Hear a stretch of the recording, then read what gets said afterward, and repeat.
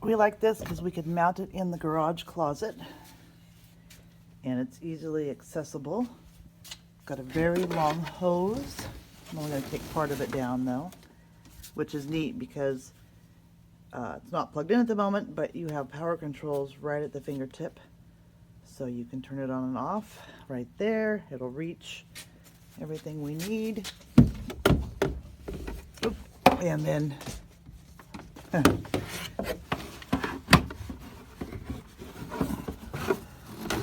Wi-Fi's a little taller to help. But it's all right there, portable, and at the ready.